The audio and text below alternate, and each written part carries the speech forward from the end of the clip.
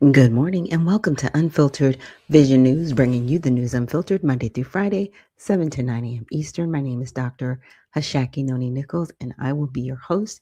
Happy Monday to everybody out there. I hope you had a great new beginning this past Saturday and Sunday and that you feel refreshed and just looking forward to the week. I'm so glad it warmed up. It warmed up really surprisingly quickly in Georgia because what last Monday we were in the 40s, and then this past new beginning we were in the 80s. I walked outside and somebody was like, "Aren't you hot?" And I was like, "What are you talking about?" Because I'd been inside all day, so I was like, "Oh, it's 80 degrees."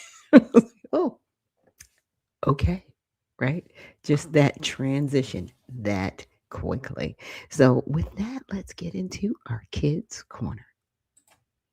Today, he faces a challenge that makes him nervous. It's his first time presenting in front of the class. Alex walks to the front, his heart pounding. The class is watching, but he remembers something important. The night before, his mom reminded him, "It's okay to be nervous. Just do your best and remember, you've got this." As Alex begins, his hands shake, but he takes a deep breath just like his mom told him. Whoops, Alex made a small mistake. Feel his face turning red, but he didn't stop. Alex takes a deep breath and keeps going. The more he speaks, the better he feels. Finally, he finishes. His heart still races, but now it's with pride, not fear. The teacher smiles and says, "Great job, Alex. You faced your fear and you did it." That night, Alex feels proud. He learned that facing challenges head-on helps build confidence. No matter how big or small the challenge, facing it will always make you stronger. You've got this too.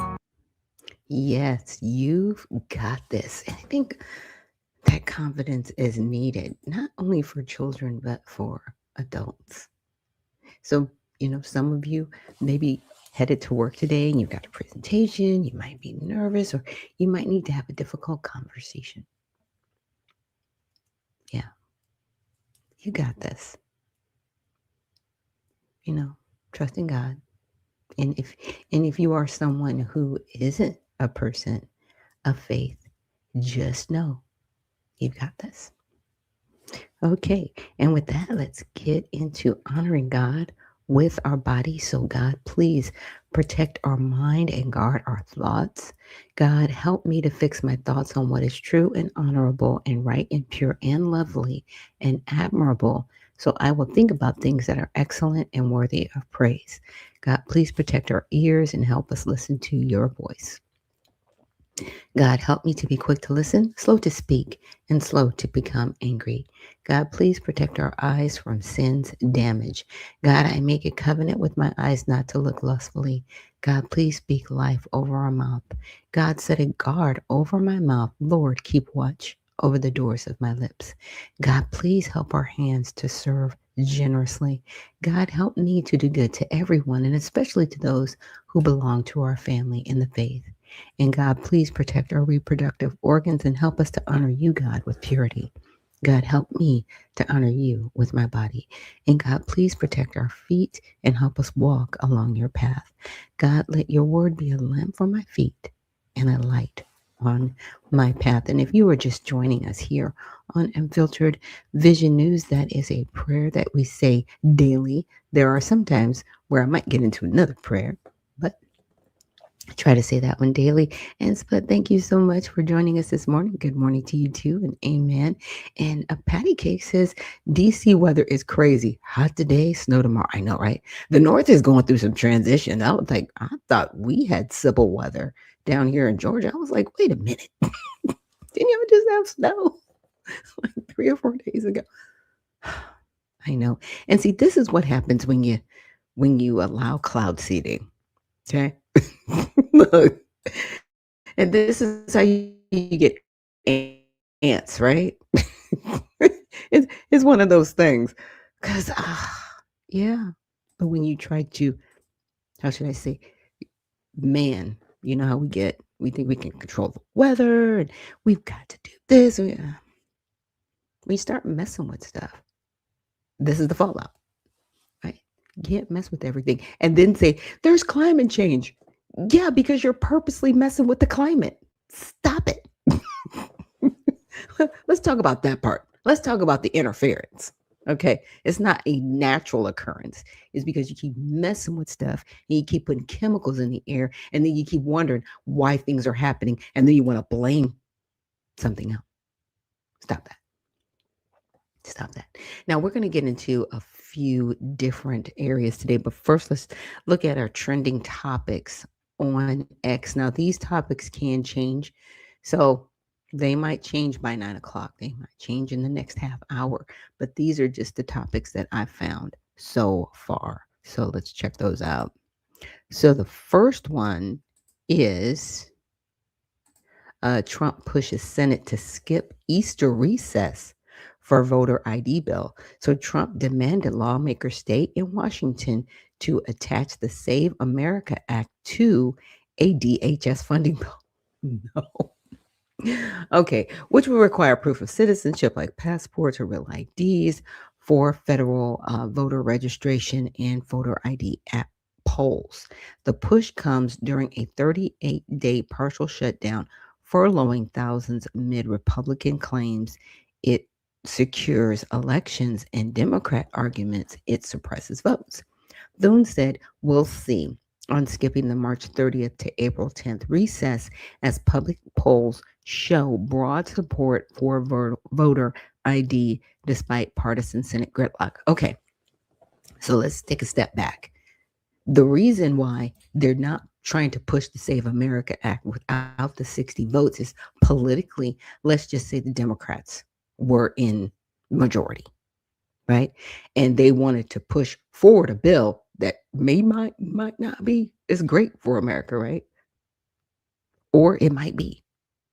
They're trying to get the right type of support, okay, for the Save America Act, which includes this voter ID, separate from any financial bill. Because with the finance, right, with the government shutdown, and it's kind of funny because they're just going to pass a continuing resolution. It's not going to be a clean bill. They haven't passed a clean bill since 2012, y'all. It's been over a decade. But anyway, so with the financial bill, they have to have 60 votes, period. Anything attached to money, it has to have those 60 votes. That's why I kind of went, oh, don't say that. Don't do that. Now, with the Save America Act, could the Republicans just push it through? They could, because it's not a financial bill. It's litigation, right? It's literally law. It's legislative, period. Totally separate. But when you combine it with the finance, you have to have those 60 votes. So is this a matter of, hey, we're going to guilt you into this, Democrats, because people are not going to work and you've put everybody at risk? I mean, and it's the type of risk that you've put everybody in. You know, the TSA workers, yes, their job is to screen everybody going through the airports, obviously, because we don't want anything blowing up in the airport. But when I say major risk, because backing up all of those individuals, you are leaving them as sitting pawns. They've already gotten, hit with missiles in places. I want to say, was it India or it was somewhere over there where one of the airports got struck with people in them.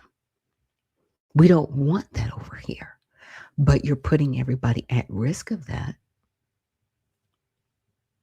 I mean, there was already, we're going to get into some of the things that have happened over this weekend due to lack of TSA workers. So Congress, what are you really doing? You're not helping America right now. And for those thinking, hey, I'm going to stand strong with the Democratic Party, you're not helping the American people. This is about party for you at this point, Democrats. This is not about the people. You could care less about the people. Jeffrey's already let it out the bag because he doesn't want ICE agents at voter polls. Why not? Who do you think they're going to catch? Huh? You already said illegals aren't voting. So why are you concerned about them being at voter polls? They wouldn't be intimidating anybody. Even if they were there, they're not there. I'm just saying, but even if they were, like, what are you talking about? This is about party. This all the shutdown, everything. This is about party. This is not about the people, because if this was about the people, this would have been done. We wouldn't even be in a shutdown right now if this was about the people. So we already know what this is about. Now, the next topic, let's get to it. There were journalists that were assaulted investigating Skid Row. So James O'Keefe of O'Keefe Media Group and reporter Cam Higby led the investigation into alleged fraud, where petitioners offered homeless people cash, cigarettes, marijuana for signatures on petitions backed by Uber and airlines. Undercover footage shows signers using fake addresses like Pinocchio Lane, violating California laws ind- um, against inductments. Sorry if I mispronounced that. The confrontation left O'Keefe's cameraman punched. Police are investigating after a battery report with echoes of a 2018 felony case in the same area. So let's watch this brief. Oh, wow, it's not brief. It's 7 minutes. Oh, my goodness. So here it is. Here's James O'Keefe. My team, myself, and Cam Higby were just violently assaulted on Skid Row. My camera crew were punched in the neck and face and were pepper sprayed, but thankfully just escaped. Some members of our team had to run 10 blocks to get out. Wow. So let's check this out. Hey. I got you. I'm not from out here.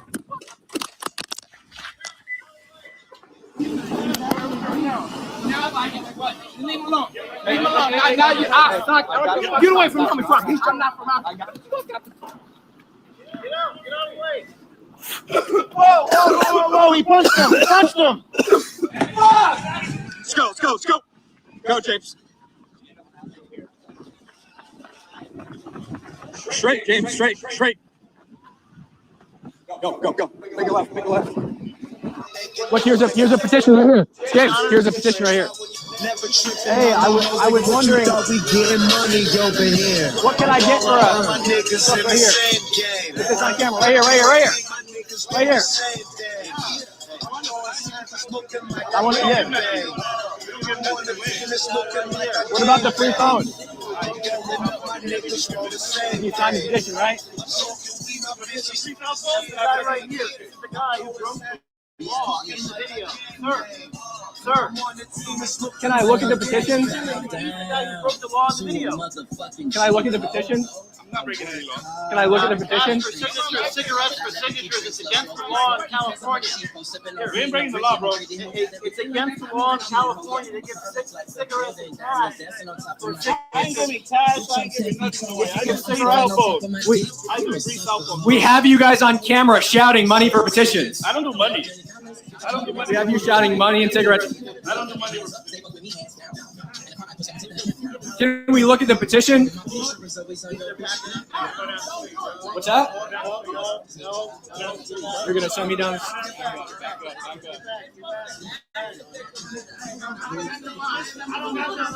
We're just asking questions.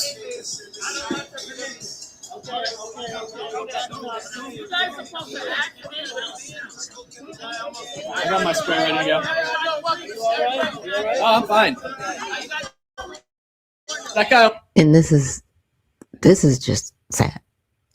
This is Los Angeles, California, and they have got these porta potties out here for individuals that are homeless living on the street.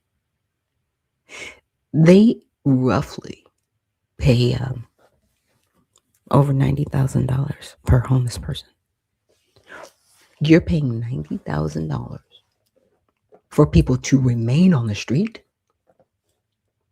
Why can't you at least give, I would say, $70,000, $80,000 per person to make sure they're not living on the street, to make sure they have the proper rehabilitation, right? But it's more profitable to have them out on the street. What do you think's gonna happen? It's really crazy to me what's happening in Los Angeles right now. I almost found out though. We don't have to ask her in a public space. We're just asking questions. Here's the petition. We're gonna have to run. Whoa, whoa, whoa, whoa, whoa, whoa, whoa, whoa. Whoa, we can get him. He's going slow. He's going slow.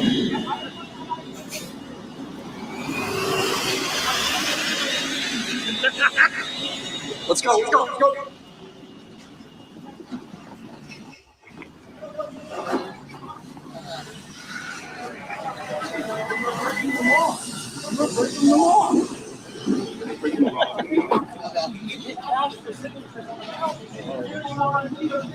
We're offering cigarettes. Hey.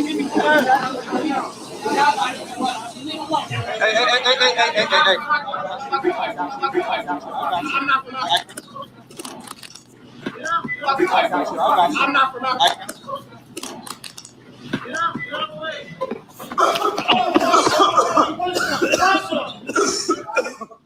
Come on, guys. Get out of here. Keep running. Let's go. Go, James. Straight, James, straight. Go. Make a left. Get everybody. We have everybody?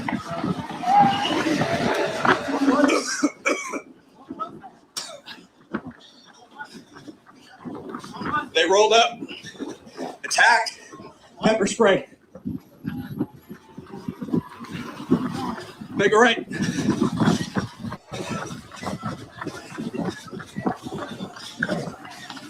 Make it right. Where we going? Straight. Where we going? I got you. Keep going. I know where we're going.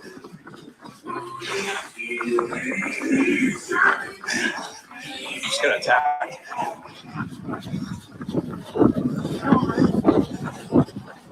Keep going. I know where we're going.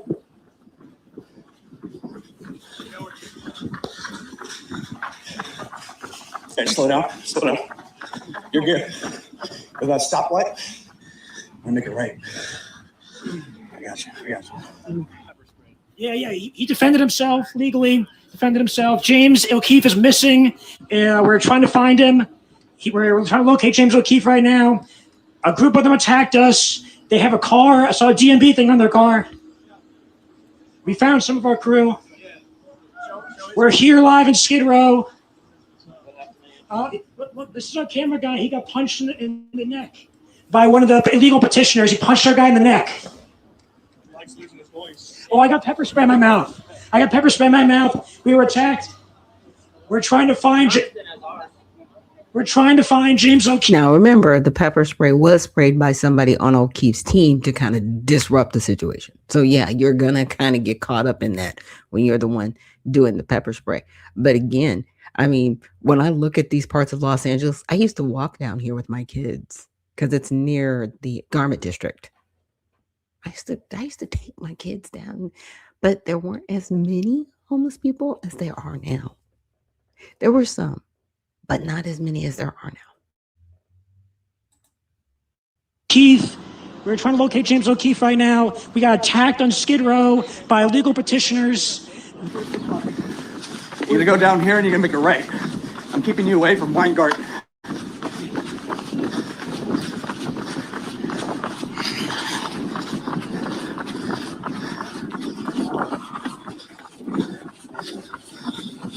And this doesn't make sense. Like, look at those. It's like there was a completely newer building, and then it just went to blight.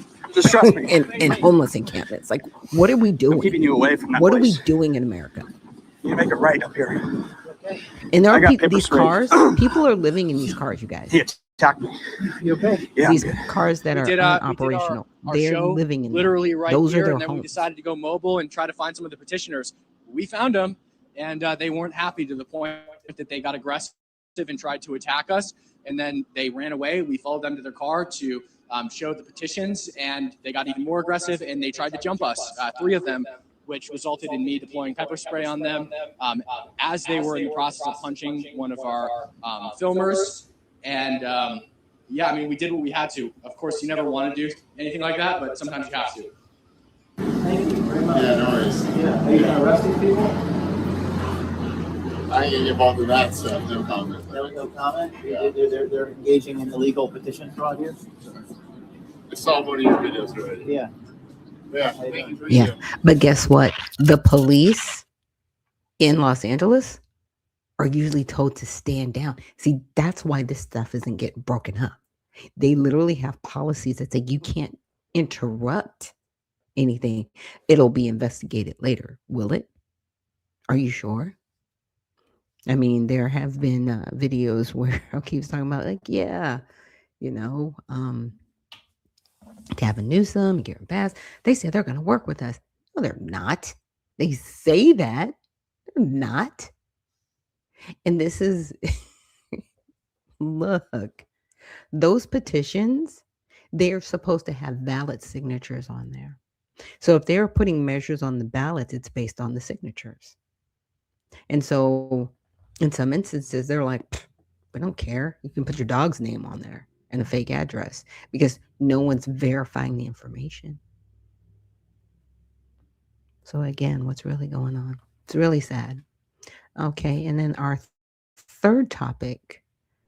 Oh, that was my important one. Where did my third topic go? Oops, there it is. No, that I guess that's it. This is where we're going. I did have a third topic. Got journalists investigating. Okay. Yeah, that's it. This is the third one. So not only that, they have found the largest healthcare fraud in U.S. history. Operation Gold Rush exposes 14.6 billion medical scam. 324 have been charged. So Gitmo awaits 324 doctors, nurses, and executives charged in the largest healthcare fraud in U.S. history. Operation Gold Rush uncovers 14.6 billion in scams, mansions, crypto, and luxury stolen with your tax money. This isn't just corruption, it's organized medical betrayal. Yeah, so let's see what they said at this press conference, and there's Dr. Oz there. Good morning, everyone. My name is Matthew Gagliotti, and I'm the head of the Justice Department's Criminal Division. Thank you all for joining us today as we announce the largest coordinated healthcare fraud takedown in the history of the Department of Justice. Today marks a decisive moment in our fight to protect American taxpayers from fraudsters and to defend the integrity of America's healthcare system. We are announcing today charges against 324 defendants for their alleged participation in healthcare fraud schemes involving approximately $14.6 billion in false claims submitted to Medicare, Medicaid, and other healthcare programs. In a takedown this large, I can't possibly describe all of the work that went into dismantling each scheme, but there are 4 key points that bear emphasizing. First, let me be clear about what these healthcare fraud schemes mean for every hardworking American family. These criminals didn't just steal someone else's money. They stole from you. Every fraudulent claim, every fake billing, every kickback scheme represents money taken directly from the pockets of American taxpayers who fund these essential programs through their hard work and sacrifice. And when criminals defraud these programs, they're not just committing theft. They're driving up our national deficit and threatening the long-term viability of healthcare for seniors, disabled Americans, and our most vulnerable citizens. This enforcement action involves the seizure of cash, as well as luxury vehicles and properties, returning real money to American taxpayers and to our government healthcare programs. Second, we are seeing a disturbing trend of transnational criminal organizations engaging in increasingly sophisticated and complex criminal schemes that defraud the American healthcare system. As part of this takedown, we've identified and charged defendants operating from Russia, Eastern Europe, Pakistan, and other foreign countries. These individuals have infiltrated our healthcare system to steal American taxpayer dollars. As just one example, we dismantled a scheme involving a sophisticated operation run from Russia and Eastern Europe that strategically bought dozens of medical supply companies in the United States and submitted more than $10 billion in fraudulent healthcare claims to Medicare. To make matters worse, these perpetrators used the stolen identities of more than 1 million Americans, spanning all 50 states, to perpetrate this scheme and submit these false claims. But I'm pleased to report that federal agents intercepted and arrested key members of that organization at U.S. airports and the U.S.-Mexico border, cutting off their intended escape routes. The days of transnational criminal organizations using the American healthcare programs as their personal piggy bank are over. Third, this takedown resulted in criminal charges against 74 defendants, including medical professionals who fueled America's deadly opioid crisis for personal profit.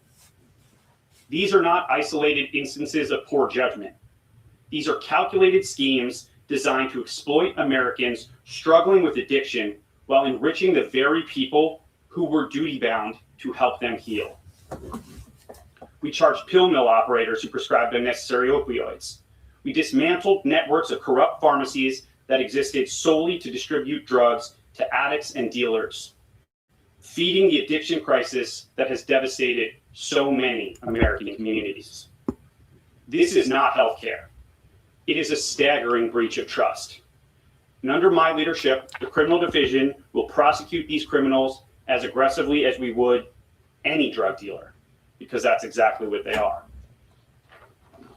Fourth, many of the defendants charged as part of this takedown specifically targeted our most vulnerable citizens, elderly Americans in nursing homes, individuals with disabilities, those battling serious illnesses, and more.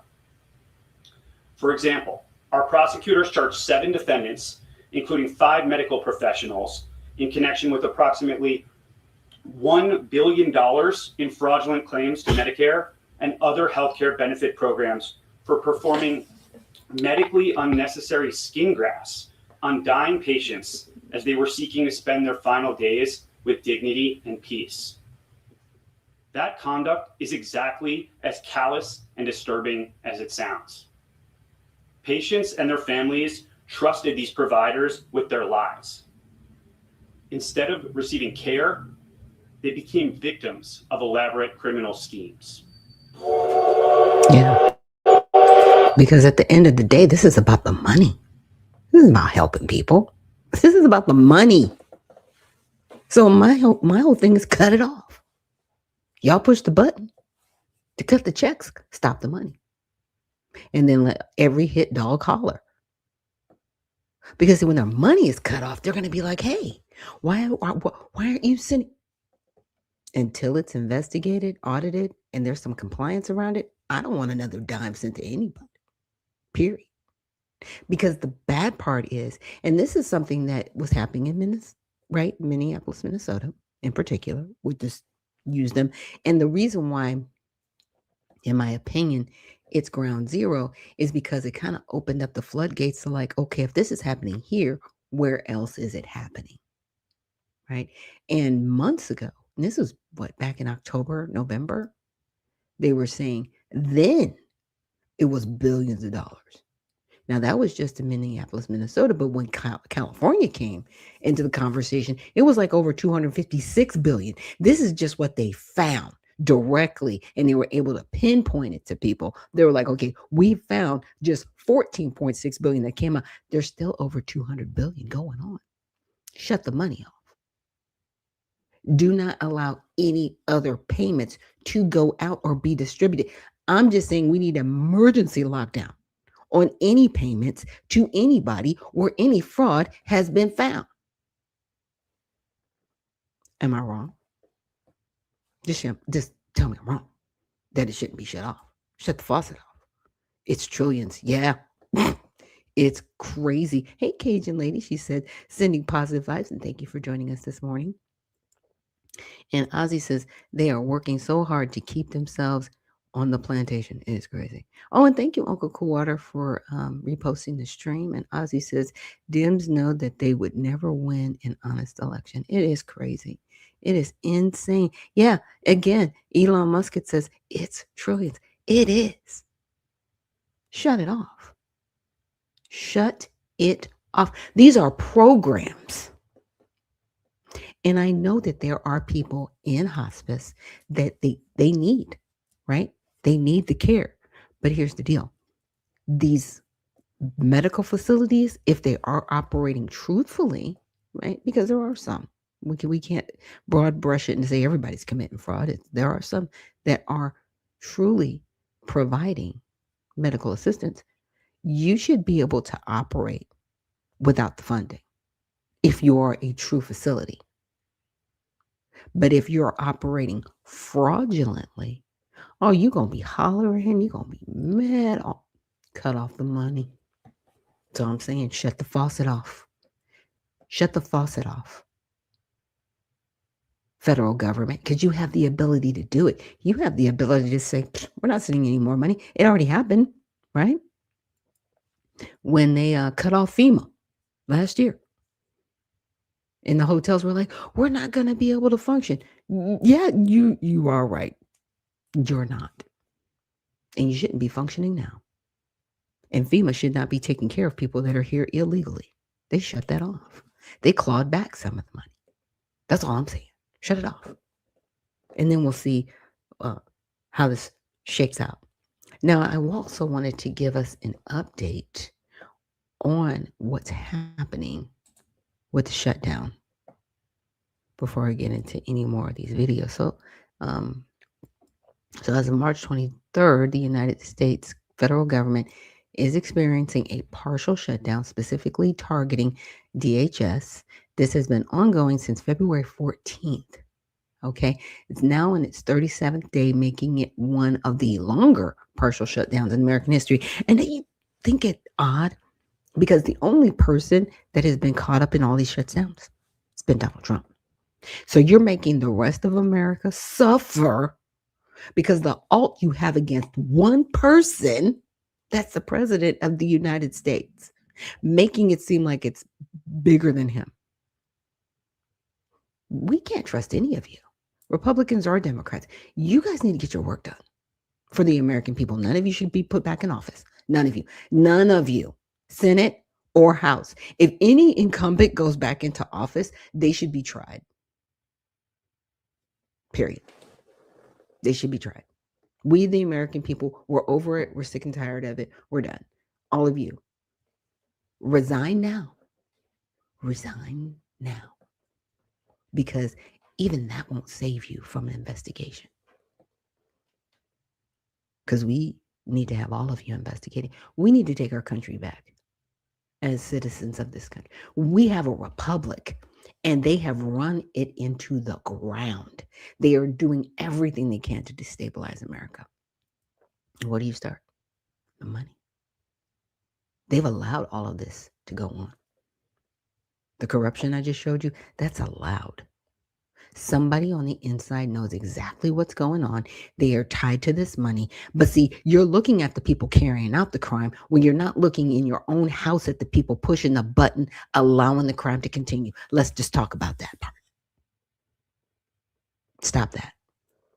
No one's forcing the button to be pushed, but somebody is holding a gun to that person's head that is pushing the button to release the money. Who are they? Find them and try them. Period.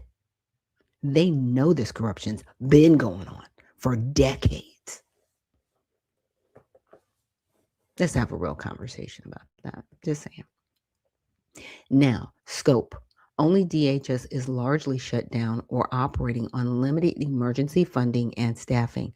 This includes major components such as TSA, right, leading to staffing shortages, longer airport security lines, increased callouts, okay, and measures like suspending TSA pre-check, global entry in places, customer and border protection, immigration, customs enforcement, U.S. Coast Guard, FEMA, limited responses, U.S. Secret Service, U.S. Citizenship and Immigration Services, Cybersecurity and Infrastructure Security Agency. So we have all these agencies that are funded under DHS, but really the only two that don't have to worry about their funding are these two. Really? They're paid. They got what, 89 billion cut under the big beautiful bill. So you're not messing with their funding, but you're messing with everybody else's money. And it's cascading down. Now it's affecting the American people. And you don't care. Both of these parties are responsible for this. So the rest of the federal government remains fully open and funded, including agencies under Defense, Veterans Affairs, Agriculture, Interior, Justice, NASA, EPA, and others. Essential services like Social Security payments, Medicare, mail delivery, USPS, and most other operations continue normally. So this is just a focus on DHS because they're like, they need body cameras and they need to take their masks off. Really? Really? It's about more than that. This is more than that because, like I said, Jeffrey's already let the cat out of the bag. He doesn't want ICE agents at voting polls. Whoever said that they were going to be at voting polls, but now they need to be. Thank you for your admission of guilt. Okay, so the shutdown stems from congressional deadlock over reforms, ICE and CBP operations, partially immigration enforcement, and oversight. This intensified after incidents like shootings involving ICBP agents in Minnesota in January and other events tied to enforcement policies. Funding for DHS was extended briefly to mid-February for negotiations, but no bipartisan compromise was reached on reforms as a condition of continued funding. So recent developments, the Senate votes, including recent attempts on March 20th through the 22nd to advance DHS funding bills, have failed, often along partisan lines. Now, negotiations between the White House, Senate, Democrats, and Republicans continue but remain stalled, with blame traded publicly. White House statements calling it a Democrats' shutdown, while others cite disputes over enforcement reforms. To mitigate impacts, President Trump announced deployment of ICE agents to assist at airports starting around March 23rd, 24th, 2026 to help offset TSA shortages and reduce travel disruptions. Some TSA employees have gone without full pay for weeks, though back pay is typically provided once resolved, leading to resignations, and operational strain. Because see, your landlord doesn't care if you're not getting paid. They care about getting paid because they still have to pay the mortgage on the residence that you're paying them rent to. Your kids going hungry, that's a thing. You not being able to get back and forth to work. So what are the TSA agents supposed to do? This is disgusting. So background time contest. This follows a full government shutdown on October 1st to November 12th. That record was 43 days. So we are, 6 days from that, and a partial shutdown in late February. So no end is in sight based on latest reports with Congress. Okay, so I probably spelled speculate wrong. Sorry, you guys. But some speculate there is a larger scheme to create confusion within government. Is there any proof of that? No, there's no credible proof of a larger scheme to deliberately create confusion within the government. Now, speculation about hidden motives behind the ongoing shutdown is widespread, especially on social media, partisan outlets. So Democrats are sabotaging Homeland Security to hurt Trump administration or force policy changes. Republicans in the White House are using the standoff as leverage or even welcoming chaos for political gain ahead of the midterms, and fringe theories about a deep state plot, election interference, or intentional weakening of borders and security. Like I said, destabilization. They've hit the money, they've hit the security. I mean, we are at war with our federal government as citizens of this country because now they've, communications are still going, but they are still under attack, right? What you say, what you do. Transportation, they've hit that. The ability to protect ourselves is being eroded in a way, right? We've got Virginia, they're writing policies where you can and cannot carry a firearm to protect yourself, which is a violation of the Constitution because no individual, you cannot policy your way to eliminate people's protections of individuals. Like you just can't do that. So I definitely see there's going to be some challenges here in America. But what I mean by they've partially done it is because they're leaving people vulnerable, right? Bringing in ICE at the airports does give another level of protection, but there's still other things going on. You're still messing with the traffic control. Traffic control falls under this. Now, it didn't bring them up as being affected or not. I didn't ask that direct question, but they are being affected. So the shutdown stems from a public partisan deadlock over attaching immigration enforcement reforms. We read over that. And this is why speculation persists. Shutdowns are inherently messy and disruptive, right? This is the third major funding crisis since late 2025. So fatigue and distrust amplify conspiracy talk, but correlation is not evidence of a secret master plan. And here's, my take on it. And I'm sorry I didn't show you guys all that on screen and I just read it. But my take on this is that they're going to want the people to beg for a solution worse than the problem it solves. Okay? Worse than the problem it solves. That's the issue. That is the entire issue. Let me bring this up because I like you guys to know what I'm reading from. So I will definitely have this link in the repost so you guys can go through it and check it out. You might want to ask Grok some other questions. But what would be worse? We're going to bring in AI, right? To alleviate the need for humans so we don't go through this back up again, right? Because robots don't care if they're getting paid or not. Humans do. So what other freedoms are you going to ask us to relinquish to open this up? That's the question I'm asking. And again, that goes back to the question, are they going to suggest a solution that is worse than the problem it is trying to solve right now? It's crazy. And Elon Musk, thank you for speaking facts. Thank you. I appreciate you and thank you for joining us this morning. But those are the bigger questions that I don't see being asked or answered. I mean, we are in such a rush with this whole AI thing to eliminate ourselves. Really? I think I'm going to have to pull up that video from a couple of years back where it says you will own nothing and be happy. Right? Living in a 10 by 12, basically a storage unit with just enough room to rest. Because if AI is doing anything, what are humans good for again?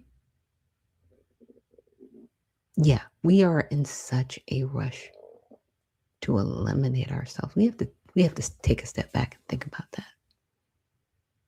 And that needs to stop. We're a little bit more precious than that. Just saying. Now, we're going to get into our next topic because unfortunately somebody was lost this weekend. You may like him, you may not, but Mueller passed away. Mueller, the FBI director who transformed the nation's premier law enforcement agency into a terrorism fighting force after September 11th attacks, and who later became a special counsel in the charge of investigating ties between Russia and Donald Trump's presidential campaign, has died, according to the Associated Press and his family. He was 81 years old. Former federal prosecutor Nima Rahmani on with us today to discuss this. And Nima, you and I were going to talk about a completely different story today. And then we heard about Mueller's passing, and we decided to talk about What he's really known for to today's generation, for a lot of people, the Mueller investigation was their first exposure to how a special counsel even works, and then it really turned into this national daily drama at the time. What did this investigation become, and really why did this investigation become so much bigger than a typical federal probe does, Nima? Austin, obviously, Mueller is known for Russiagate, and I know we're going to spend a lot of time talking about it, but since his passing, I do want to say that he was considered really an icon in the legal community, the longest-running FBI director, of course, appointed by Bush just a week before 9/11. Obama kept him on. I was also hired by a Bush U.S. attorney. I stayed on for an Obama U.S. attorney. I was much lower in the Department of Justice, but really a great legal mind, and he certainly will be missed. But obviously, I think everyone does know him for the Russia investigation. And setting aside how he's viewed in the legal community, I think folks in the political community, those who are watching and probably social media comments online, do have very strong views about Mueller because of his handling of the Russia investigation. So for folks that don't remember, he investigated alleged collusion during the 2016 presidential election. And when he was appointed special counsel, he also investigated obstruction of justice by the president, then Donald Trump, also now Donald Trump, and folks in his administration. So this was the beginning of the Russia hoax, or the witch hunt, that the president still believes Mueller was responsible for. And for people who believe that the Department of Justice has been weaponized, this was really the beginning of that. So there are a lot of people who are watching who probably believe that Mueller's role really tarnished the president and really the legacy of the Department of Justice. Some people might have this notion, as you allude to, that he was the single kind of figure, I guess, that people associate with that investigation. Why ultimately was a guy like him chosen for that job, special counsel at the time? Well, he was very well respected. Here's someone who was a Vietnam veteran. He served at the U.S. Attorney's Office in California and in Massachusetts. He obviously was the former director of the FBI, and he also served in very high-level positions at the Department of Justice. So really someone that had dedicated his life to public service and the country. Really couldn't have been, at least at the time, someone that had more bipartisan support. Really, every time he was appointed to these positions, he had almost unanimous consent in the Senate. I think the issue with the Russia investigation is, and he did conclude that Russia did indeed interfere with the 2016 election through social media and through hacking the DNC and Hillary Clinton's emails. The question was, did candidate Trump, now President Trump, collude with the Russians? That was the conspiracy. And he did not find sufficient evidence to move forward with the conspiracy. But he also didn't exonerate the president either. So by not picking a lane, he really left a bad taste in sort of everyone's mouth. He ruled that, or ruled his findings in his report that was ultimately submitted to Attorney General Bill Barr in Congress, was that there really just wasn't enough evidence to move forward with either a conspiracy prosecution or an obstruction prosecution. So obviously that sort of infuriated Democrats. And at the same time, he didn't really exonerate the president either by saying he hadn't committed a crime, and we didn't clear him. So there were many lingering questions, obviously, that sort of resulted in impeachment proceedings. And really his conclusion was that on the legal side, nothing can be done because we're talking about a sitting president. So it has to be handled in the political sphere through Congress, through those impeachment proceedings, which ended up happening. Obviously, that ended up happening not just once, but twice. So on the legal side, I think folks really question, what was the ultimate outcome of this probe, this special counsel investigation, especially when the president really tried to fire him at some point. And the conclusion, I don't think, really satisfied anyone. And that's the legacy that he left. Yeah, that in mind, what do you think is the biggest lasting lesson from that entire investigation? Well, we've had FBI director since then, Comey, obviously. We had the Jack Smith special counsel investigation, again, one that resulted in at least criminal filings, but that didn't end up anywhere either. So, the question is, looking back, obviously hindsight being 2020, certainly we want to investigate crimes, but did we really open up a political Pandora's box, right? Now we see a very different Department of Justice, a very different FBI, highly politicized. And, maybe I'm just thinking about my own experience at the DOJ when, law and politics, really were separate. Now those lines are completely blurred. So I know folks aren't happy with Pam Bondi and Todd Blanche, people at the DOJ right now, or Kash Patel. The question is, was it Mueller that really started all this? And is there a way to unwind it? I think probably not. We've really gone too far. Former federal Well, it wasn't Mueller's fault. He was hired as a special prosecutor. He didn't jump this off, Bill Barr. You know what I'm saying? There were other people that put him in place. They jumped this off. And just like they said, they blurred the lines between law and politics. And they are supposed to be two things that are separate, right? That's why we have three branches of government. We have the legislative, we have the executive, and we have the judicial. We've got judges stopping the president from what he's doing. And then we've got Congress running behind the judges saying, hey, that's illegal. But you guys are the ones who write the laws. Like, what are you doing? It's crazy. It's insane. But this is what they're doing. Running around, blaming each other, and then wanting us, again, to beg for a solution that is worse than the problem it solves. Now, if any of you guys have been following the conflict, I'm not calling it a war. People keep calling it a war. If it's a war, then everybody needs to go to prison. Because wars, you got to have the backing of Congress. So stop calling it a war. It is a conflict. I even have to correct Grok, like, stop calling it a war. It is a conflict. Okay? So let's get a little bit of an update on what's going on. President Trump warning Iran to fully reopen the Strait of Hormuz, or the U.S. will obliterate Iran's power plants, giving them 48 hours before strikes would start. Chief Foreign Correspondent Trey Yingst is live in Tel Aviv with more. Trey.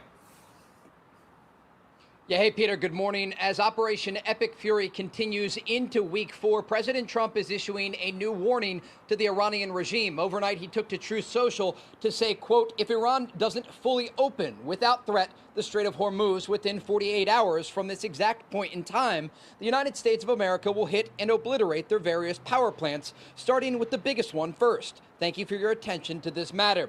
The president talking about this critical waterway that has been frozen as a result of Iranian threats against shipping vessels. Today, I asked Israel's Prime Minister Benjamin Netanyahu about the president's statement. Overnight, President Trump said that if in 48 hours the Iranians don't open the Strait of Hormuz, that there will be strikes against the power grids in Iran. Will you participate in those strikes, and what do you think should happen next in this campaign? I think President Trump knows exactly what he's doing, and whatever we do together and as far as possible in confidence. The Prime Minister also talked about the growing Iranian missile threat. Over the weekend, we saw 2 missiles trying to target the Diego Garcia base in the Indian Ocean. This is more than 2,000 miles away from Iranian territory, and an indication that the Iranians were not being transparent when it comes to their medium-range ballistic missiles.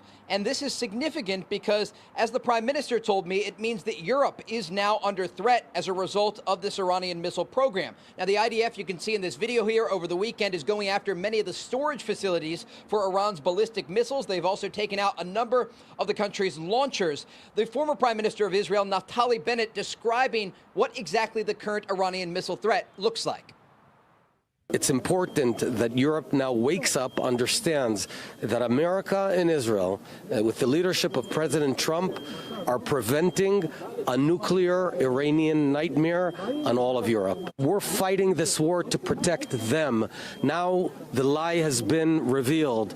Iran has missiles that can reach Madrid, that can reach Berlin, that can reach Paris. And now they suddenly woke up and understand that they're under an Iranian threat. At the location where we interviewed Bennett and Netanyahu, more than 100 people were wounded last night by a single Iranian ballistic missile when it exploded in a residential area. Peter? Great reporting as always. Thank you, Trey. Let's bring in now the former commanding officer of the USS Cole, Kirk Lippold. Kirk, somehow with whatever's left of Iran's military, they have fired for the first time these two IRBMs. We've got a map that we're going to put up. Intermediate range ballistic missiles. Iran missed. They were aiming at the U.S.-UK base in the Indian Ocean, Diego Garcia. But if they aim the other way, the left of this map, those IRBMs bring into their range Rome, Munich, Paris, London, Berlin, Oslo, and Moscow. How big of a problem is this? It's a very big problem, Peter. When you look at it, what everyone has claimed, we had no imminent threat prior to this going. Number one, it proves the Iranians have been lying about their ballistic missile program the entire time. Number two, now the Europeans, with the largest land war since World War II going on with Ukraine and Russia, is now under threat from Iran as well. It is an active threat. We are in engaged conflict with Iran today, and the Europeans better now realize that when President Trump asks for their help, it's not just for us, it's for them as well. And to your point there about the allies, if Iran has shown in the last 3 weeks that they will shoot missiles at their pals in the Gulf, what is stopping them from trying to hit Paris? Absolutely nothing. And that's where the danger lies. Iran, as we continue to degrade their capability, as we continue to execute this military plan where we are gracefully degrading their capability to project power out from Iran, out into the Strait of Hormuz, we now need to be sure that we can also go after these intermediate range ballistic missiles because they do represent a threat. And ultimately, Europe is going to have to get on board and join us to make sure that we can take Iran out, have a change of government, and allow the people to begin to build their future. Are you surprised that after 3+ weeks of epic fury, big bombs going off all over Iran, their army, air force, and navies all decimated, that they can still blast off these intermediate range ballistic missiles that could go thousands of miles, hit some European capital? Peter, Iran's a big country. And they had a very dispersed military, just like we do around our country. And the fact is, they still have remnants that have capability. They're going to exercise that capability. And as the regime begins to degrade even further, when they sense they are actually going to lose power, what they're going to do is lash out in unpredictable ways. If you have an intermediate range ballistic missile, what's to say that they can't plant something on that that would be a true war changer on the continent of Europe? Because they're going to view Europe as aiding the United States, and they're going to begin to lash out in ways that are desperate to try and preserve their power. We know commanders-in-chief don't like to be surprised. President Trump told us about his big surprise this week with epic fury. You were talking about Iran a couple times today and what they did after Epic Fury began. You said they hit Qatar, Saudi Arabia, UAE, Bahrain, Kuwait. Nobody expected that. We were shocked. Are you surprised that nobody briefed you ahead of time that that might be their retaliation? Nobody, no. The greatest experts, nobody thought they were going to hit. Are you surprised to hear that? I'm actually not. I think that at the end of the day, you can brief all you want, but the reality is once conflict started, it becomes predictable. What you try to do as a military is you want to be able to predict as well as possible what the reaction of the enemy is going to be when you engage them, but they are always going to try something or do something different than you anticipate. Part of the reason you go through the practice and the drills you do in the military is so that you can react in ways that are unexpected, so that you can at first, you try to deter them, and then you want to degrade their capability to do it, and then you want to eliminate it. And that's exactly what Secretary of War Hegseth and the President have done with Iran. These Iranian generals, the third string, whoever's left, they're kind of threatening an eye for an eye now. The Iranian military says to U.S. officials, from now on, based on the information we have about you, even parks, recreational areas, and tourist destinations anywhere in the world will no longer be safe for you. Do you see that as a real threat if the Iranian regime has been so hollowed out already? Even with the threat that it may appear hollow, you have to take them at their word. What they're demonstrating yet again is that they have no respect for international law. The rules-based world order never existed in their eyes. They do not care if it violates Geneva Convention. What they're going to do is they're going to lash out in any way they see possible. I mean, they're willing to execute 19-year-old wrestlers for participating in protests. They are ruthless, they will kill, and they have no moral or ethical compass whatsoever. And they will continue to do that. That's why this regime needs to be taken out and ultimately destroyed. We've spent 47 years, that the senator previously just mentioned, trying to deal with this regime, and it finally took the moral courage of President Trump to say, enough, we're drawing the line. Hundreds of Americans dead, thousands maimed and injured. It is time to hold this Iranian regime accountable for what they've done. Kirk Lippold, you have a new book out. What's it called? It's not all. Okay. Yeah. But we don't talk about the young men and women that may be sent into this conflict. And what does victory look like? That's the question. What does victory look like? Does victory look like, okay, Iran goes, all right, we'll capitulate, you know, we won't send any more missiles, we won't create any more missiles, we'll have enough to defend ourselves if we're attacked, but yeah, we'll agree with you. Like, really? It's like a hornet's nest right now. You shook it. The hornets are, laying out their stingers, and you're wondering, like, how are we getting stung? Well, it shook the hornet's nest. Like, what did you think was going to happen? What did you think was going to happen? Now we're dealing with this again, like I said. Where does this go next? Where does this go next? And how are our children, our grandchildren, our great-grandchildren, how are they going to be affected? Is this another Vietnam is the question. That's the broader question. Is this another Vietnam? And that's the question I have. Right. Now, I did not ask ChatGPT that, but I did ask, what is the update on the confrontation, right? The conflict we're having. It's an ongoing full-scale war between Iran and Israel and a U.S.-Israel-led coalition that began on February 20. Now, this is how Grok is framing it. It's a full-scale war. There's been no boots on the ground, though, but they're calling it a full-scale war. We can't be at war because, again, like I said, if we were logistically, everybody would have to go to prison because Congress is not involved. This is not funded. Like, what are we doing? Congress, I need y'all to get it together. You need to figure this out. Figure it out. Just saying. So they've got U.S. and Israeli airstrikes have targeted Iranian military infrastructure, and we know about that, right? And Iran's response include multiple waves of ballistic missile barrages against Israel, right? Reported in a 24-hour period on March 21st, hitting areas in central Israel, such as Dimona, near the nuclear reactor, Arad, Tel Aviv, and others. These have caused injuries, over 100 in some recent attacks, property damage, and civilian impacts, though Israeli defenses have intercepted many. Iran has increasingly used cluster munitions. Okay. On the 21st, Iran launched 2 long-range ballistic missiles at the U.S.-UK joint base in Diego Garcia in the Indian Ocean, over 4,000 kilometers away. One failed in flight, and the U.S. intercepted the other. This marked Iran's furthest attempted strike and demonstrated extended missile range beyond its previous claimed limits. And we don't know what's going on straight to Hormuz, leadership and internal dynamics in Iran. So for broader context, and I'm just going to say the conflict, an alleged war, stems from initial U.S.-Israeli strikes aimed at degrading Iran's nuclear missile programs, preventing nuclear weapon development.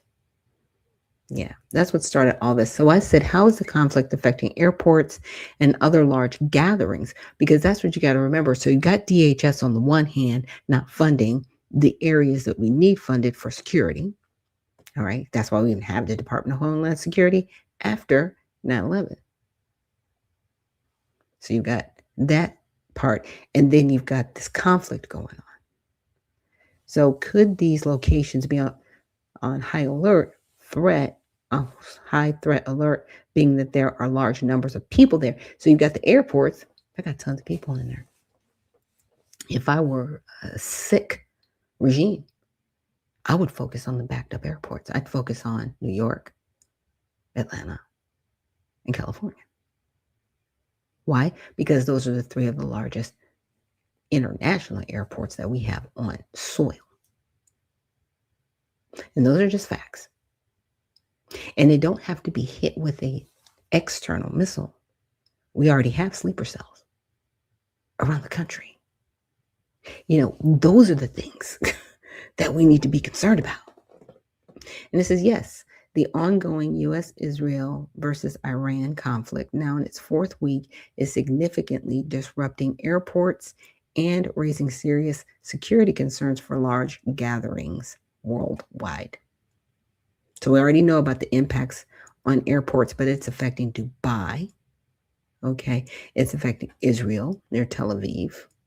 Over 3,000 flights canceled in the first days alone, right? And that's across Iran, Israel, UAE, Qatar. Largest gatherings in crowded spaces. Right now, we're looking at parks, tourist sites, recreational areas, hotels, and large public events. U.S. Department worldwide caution alert as of the 22nd warns that Iran-linked groups may target transportation hubs, airports, and like stations, like train stations, subway stations, large gatherings, tourist locations, shopping malls, entertainment venues, sports and cultural events, anywhere Americans or Westerners congregate. So a high threat level confirmed. Yes, authorities in U.S., Europe, Israel, and Gulf states have ramped up police, military presence at stadiums, concerts, malls, religious sites, and festivals exactly because crowds higher impact potential. DHS and local law enforcement are on high alert for proxy or lone actor attacks, right? Like vehicles, knives, drones, etc. So in the U.S., domestic risk remains low but monitored, but venues are adding bag checks, metal detectors, and canine units to avoid protest or demonstrations abroad. So in my opinion, it's higher than what they're saying. Now, this is a horrible thing to say, but I'm going to say allegedly. They want the people in the United States to have a false sense of security. So when something pops off, then it's like, oh my gosh, I can't believe this happened, right? But on top of, I can't believe that this happened, what would our response be? Do whatever you need to do to keep us safe. That's the problem that I see. Us giving up more of our civil liberties for this. What happened with 9/11? That's how we got the Patriot Act. Yeah. And that's what I see being the issue. So recommendations, because I'm in Georgia. Of course, this is Grok. Monitor the U.S. State Department travel site, TSA, FAA alerts. Enroll in STEP Smart Travel Enrollment Program if traveling internationally. For local events or ATL airport, expect visible extra security and stay vigilant. Yeah, because you have to. But again, are we in a rush to replace ourselves? Is this, in my opinion, the advent of robotics within our airports? Could TSA be replaced by robots? Everything that we do be automated. Everything. From the entrance and exit to the restaurant operations, which would include maybe humans in the back, but you wouldn't be interacting with humans, right? Just place your order. You might have a human serve you, but you have to pay for everything on the kiosk. They're already conditioning everybody to do this. I need people to understand this. Yeah. So is that what we're looking at? Is that truly what we're looking at? And with that, let's take a quick break.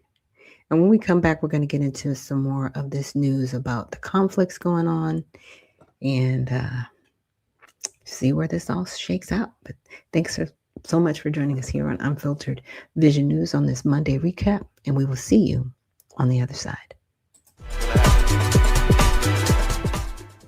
Lineage, legacy, leverage. Genealogy is the lane. Community is the destination. But care, that's how we get there. At TBAT Task Force, we don't just research history. We reclaim what was stolen.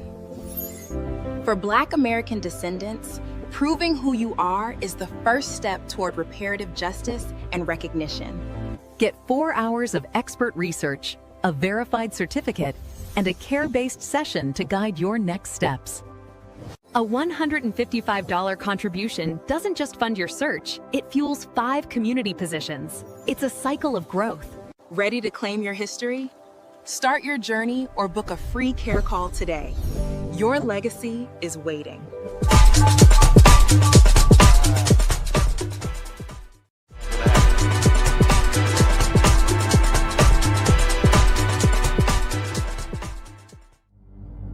A life empowered is closer than you think.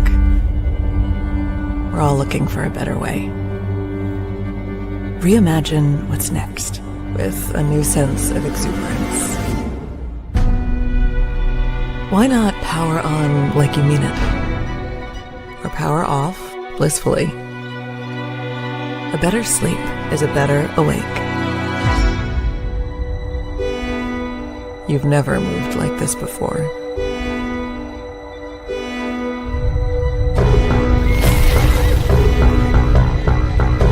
Energy nature intended. Imagine reprogramming the way you look at the speed of science.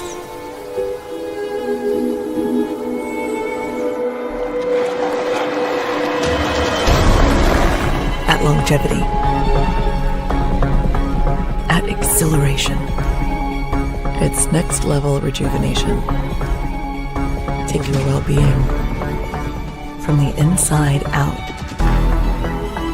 and outside in. The light within is ready to ignite. Be the light. LifeWave.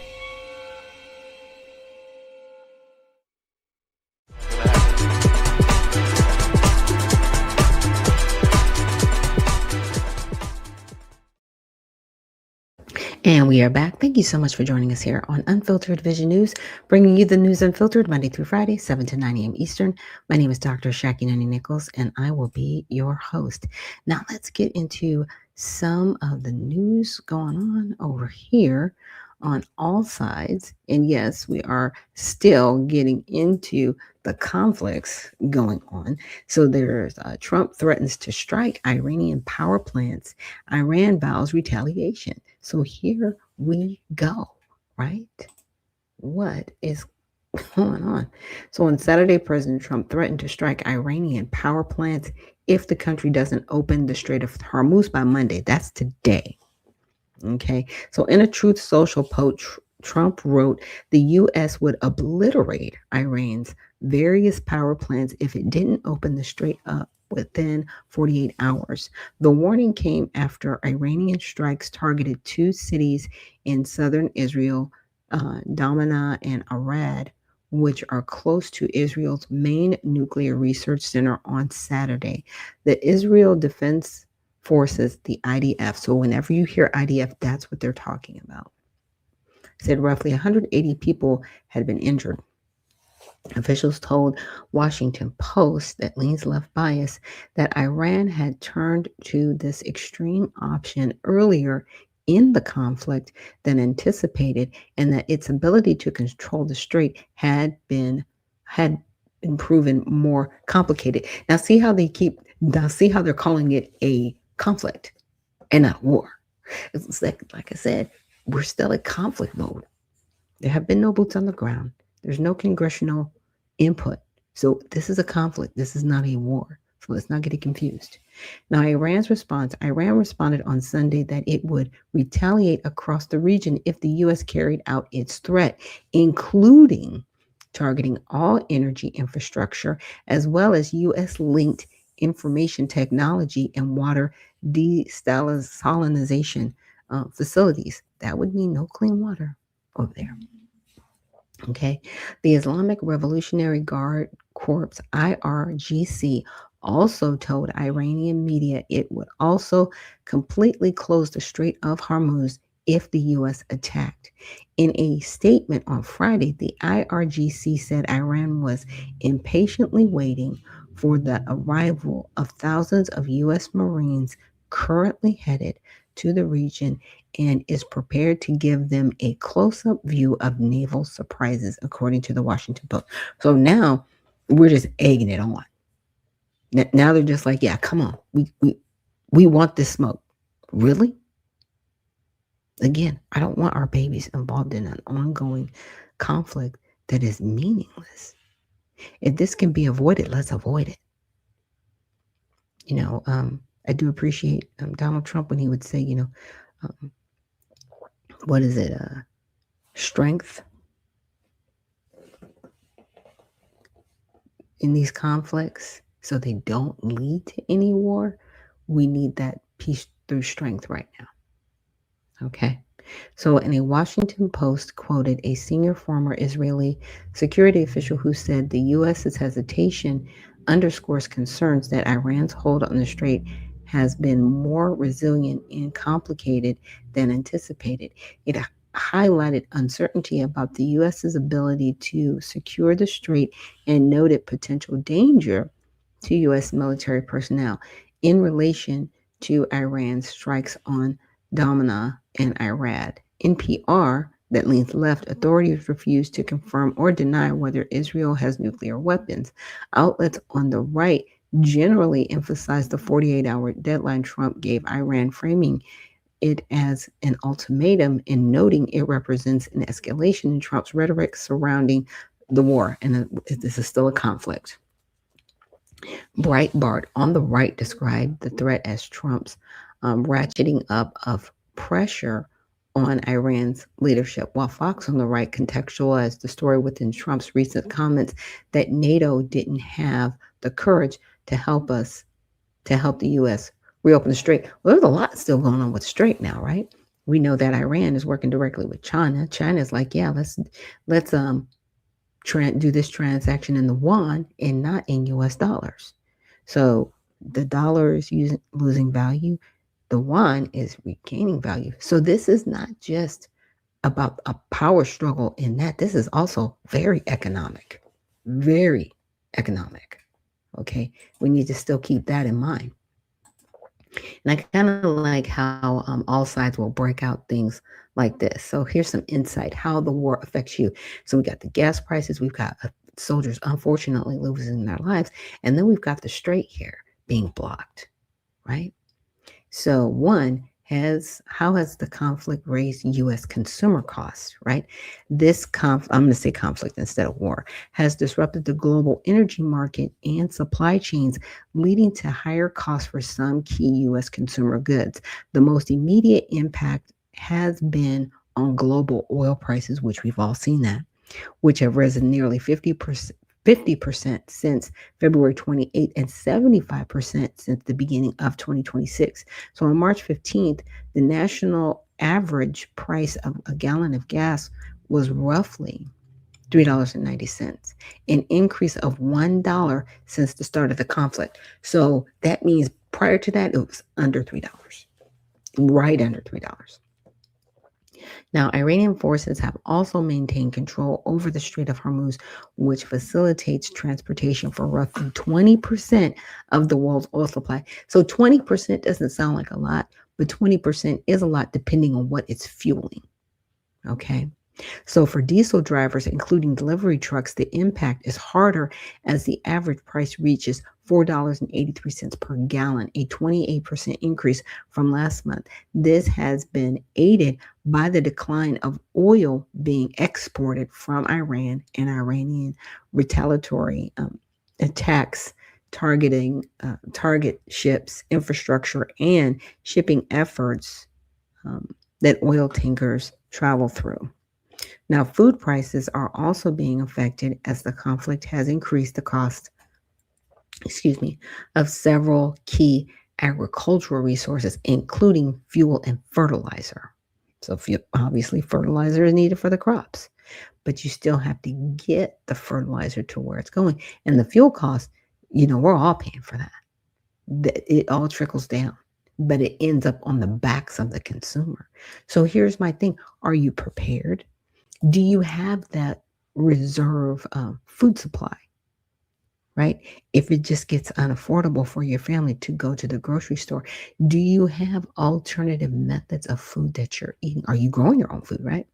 Now, I'm going to start getting back into sprouting, right? I don't want to say because sprouting is easy, because, at this point, sprouting is a good way to still have your nutritional value without necessarily gardening, number one, and making sure that you're fed and your family's fed. In between, it's just one of those staples that we need to make sure that we have. Do you know how to make alternative foods? And when I say that is, if you can't get your protein from meat and you can get it from beans, what are you doing? Right? What measures and steps have you taken to make sure and ensure that your family is taken care of? Right? Some people have looked to like Patriot Supply. And I think they're having a special right now because, everybody was like, okay, with the pandemic, all right, let's get our Patriot Supply. And then everybody, it's kind of backed off. And now people are like, yeah, we're going to be fine. Yeah, I would take advantage of Patriot Supply right now. I'll probably have to put a link in the repost of this. But, Patriot Supply is a good way to make sure that you have food on the side because groceries aren't going to get any cheaper. I mean, it costs $3 for a candy bar right now, y'all. $3. Let's see, a bag of chips is $5. It was one of those things. Now, junk food is a luxury item. And my husband and I were talking about this. I was like, wait a minute. First of all, like with EBT, the EBT people, they can't buy junk food anymore. They can't buy chips, soda, candy, none of that. That's one thing. And then, people that aren't on EBT, that's a luxury item. So what are these grocery stores going to do? Because they can't lower the prices because then they'll lose money on items like this. Who's buying this? Who's buying the junk food, y'all? That's all I'm saying. I'm just looking at the junk food. Who's buying the junk food? Because nobody can afford it. Who is really out there buying a $3 candy bar? Y'all need to let me know in the chat. Now, Forbes Center reported the Persian Gulf dominates the global fertilizer supply, with countries like Egypt, Iran, Qatar, Saudi Arabia, and the UAE accounting for roughly 49% of the global urea, the foundation for most crop fertilizers. Exports 30% of ammonia exports.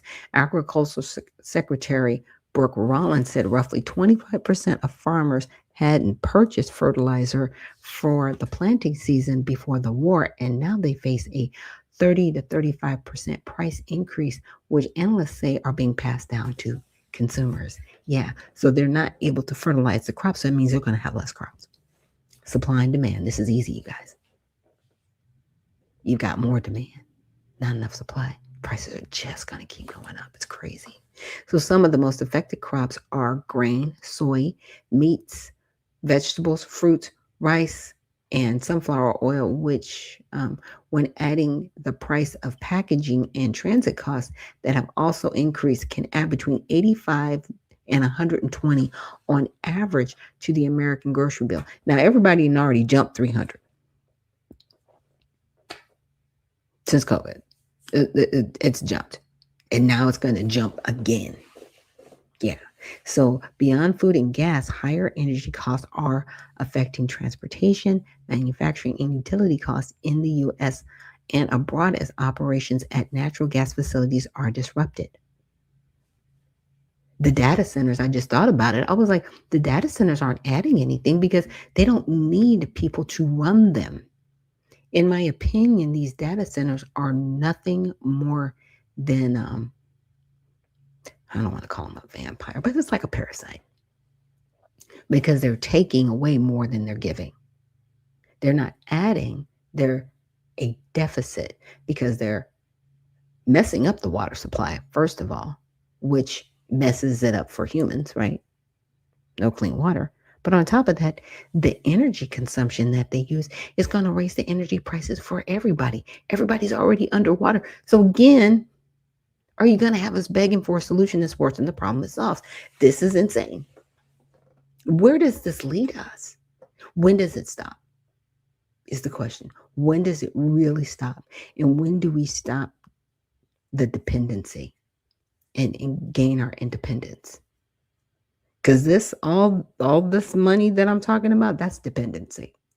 That means we've gotten ourselves in a bad spot.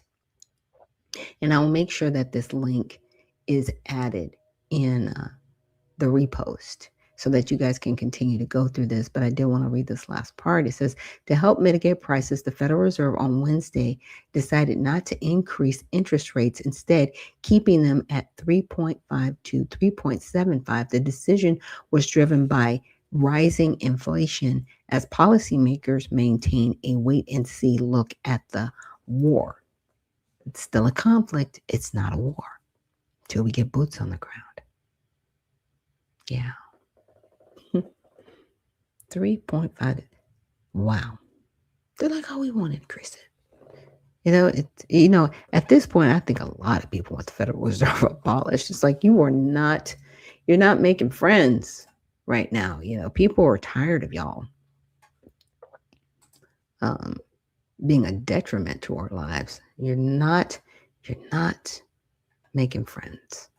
I think you're making a lot more enemies than friends. So I wanted to take a look at this next Fox. Yeah, there's a few of them in regards to TSA, but this one is a conflict update. This Sunday morning with breaking news on the war on Iran, with President Trump demanding Iran end the blockade of the Strait of Hormuz by tomorrow night or face new disaster as Operation Epic Fury enters a fourth week. Even with most of Iran's top leadership killed and its military severely degraded, Iran has managed to intimidate oil tankers from moving through the strait with threatening drones, keeping traffic at a standstill and oil prices elevated. The president posted last night that Iran has 48 hours to end the blockade of the strait, or the U.S. will obliterate Iran's power plants. As the war escalates after Iran fired 2 long-range ballistic missiles at the Navy support facilities on the island of Diego Garcia in the Indian Ocean on Friday, some 2,500 miles away from Iran. Now, neither missile hit the joint U.S.-British military base, but it still is raising concerns that Iran holds ballistic missiles with the potential to reach much of Europe. Meanwhile, the Pentagon finally putting a number on its supplemental defense package, requesting at least $200 billion from Congress to fund ongoing military operations against Iran, as President Trump received some support from allies to secure the Strait of Hormuz, with 20-plus nations signing a pledge to secure the critical waterway, where 20% of the world's oil and gas is supposed to be transported every day. But none of those nations have committed to combat operations or sending naval ships to the region to escort tankers through the strait. The UK said it won't be drawn into a wider war, while Germany stated, quote, "This is not our war." That comment days before Iran's long-range missile traveled to Diego Garcia. The White House is doing everything it can, meanwhile, to reopen the waterway and lower the price of oil, which is now trading just around $100 a barrel, up some 50% since the conflict began 3 weeks ago. As Treasury Secretary Scott Bessent told me exclusively on Thursday on Mornings with Maria on Fox Business that the White House would lift sanctions on Iranian oil that is already out at sea, like they did with Russian oil, which is, in fact, exactly what he did this weekend. The U.S. allowing 140 million barrels of oil on tankers at sea to be sold to the global markets. we had a break the glass plan across the administration and at Treasury. We unsanctioned Russian oil. We knew that there were about 130 million barrels on the water, and we created supply that is beyond the Straits of Hormuz. So we anticipated this. We knew that there could be a temporary, and I want to emphasize temporary, choke point there. And there was 130 million barrels of floating storage. In the coming days, we may unsanction the Iranian oil that's on the water. It's about 140 million barrels. So depending on how you count it, that's 10 days to 2 weeks of supply that the Iranians had been pushing out. That would have all gone to China. In essence, we will be using the Iranian barrels against the Iranians to keep the price down for the next 10 or 14 days as we continue this campaign. And joining me now is the U.S. Ambassador to the United Nations, Michael Waltz. Ambassador, good to see you. Thanks very much for being here this morning. Good to be with you, Maria. Thanks. And I want to talk just about what Treasury Secretary Bessent said. This is not a new opening for Iran to sell oil. The maximum pressure campaign is still on. This is related just to those Iranian crude products that have already been loaded on vessels, correct? No, that's absolutely right, Maria. President Trump's maximum pressure campaign that he put in place his first term, the Biden administration lifted, and he put it back in place within weeks of starting his second term, is absolutely still on. What Secretary Bessent is referring to are the barrels of oil that are already out at sea, are already going to go to Chinese markets. Now they can go to places like India, Bangladesh, or elsewhere. But here's the thing, and this is what the mainstream media keeps missing, is that the sanctions on the banks are also still in place. So we do not anticipate Iran sees any of that money. This is actually, as the secretary said, using their strategy against them. Their entire strategy, because they've been so defeated militarily, is to sow chaos, attack its neighbors, hold the world's energy supplies hostage, or at least attempt to.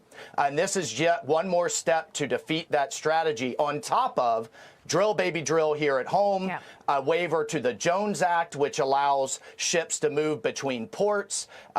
We are going to defeat this strategy. It will be temporary on the part of Iran. And at the end of the day, the United States and our global coalition will prevail. Well, Ambassador, they may have been defeated militarily, but the Iranians have still managed to cause pain for people by holding that choke point, the Strait of Hormuz, hostage. What is the president going to do in 48 hours, which would be Monday night, if they don't open up the strait?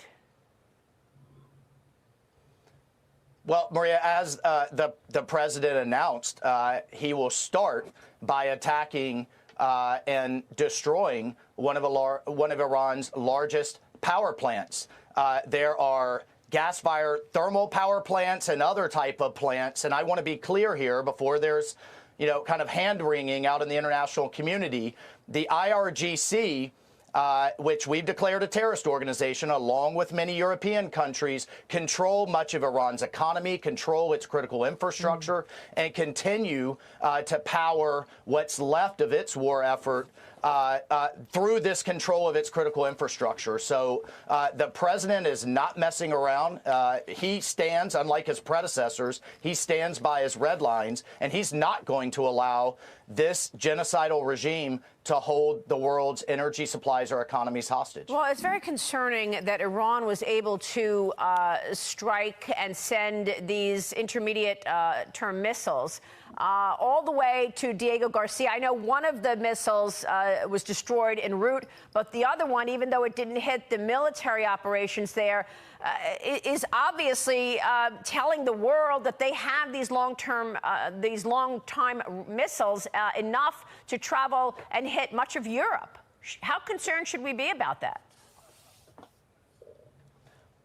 Well, it's incredibly significant, Maria, because Iran has been marching towards an ICBM. They've hidden some of that development under a so-called space program. I don't think anybody expects to see any Iranian astronauts on the moon, but that's what they've been hiding their booster production in contravention of sanctions behind for some years. They have developed a reentry capability with these intermediate range missiles, and all you have to do is marry up the two with a nuclear warhead. Thank God President Trump isn't waiting until that happens and then trying to respond to it. He's taking care of the issue now, and he has been clear for many, many years. Iran can never have a nuclear weapon, and he's going to do everything in his power to stop it. And it's not just the president, Maria. As a UN ambassador, I've cited to the Security Council the 2 decades of Security Council resolutions that countries have voted for around the world to ensure Iran doesn't have a nuke.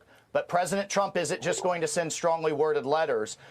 When it became clear they were not negotiating in good faith, after he gave diplomacy a chance on multiple occasions, he's taking decisive action before it's too late. How many more long-range missiles do you believe Iran has?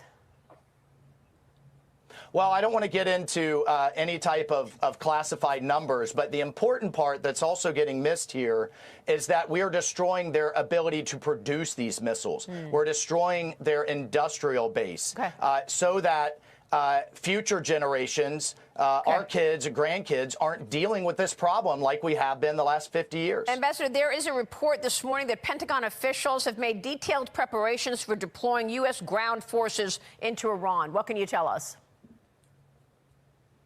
Well, Maria, I could tell you that our Pentagon, led by Secretary Hegseth and Chairman Dan Kane, are preparing, they're planning, they provide options of trained, in position and well-equipped soldiers, sailors, airmen, Marines to the president for him to take the options as he sees necessary to achieve our objectives.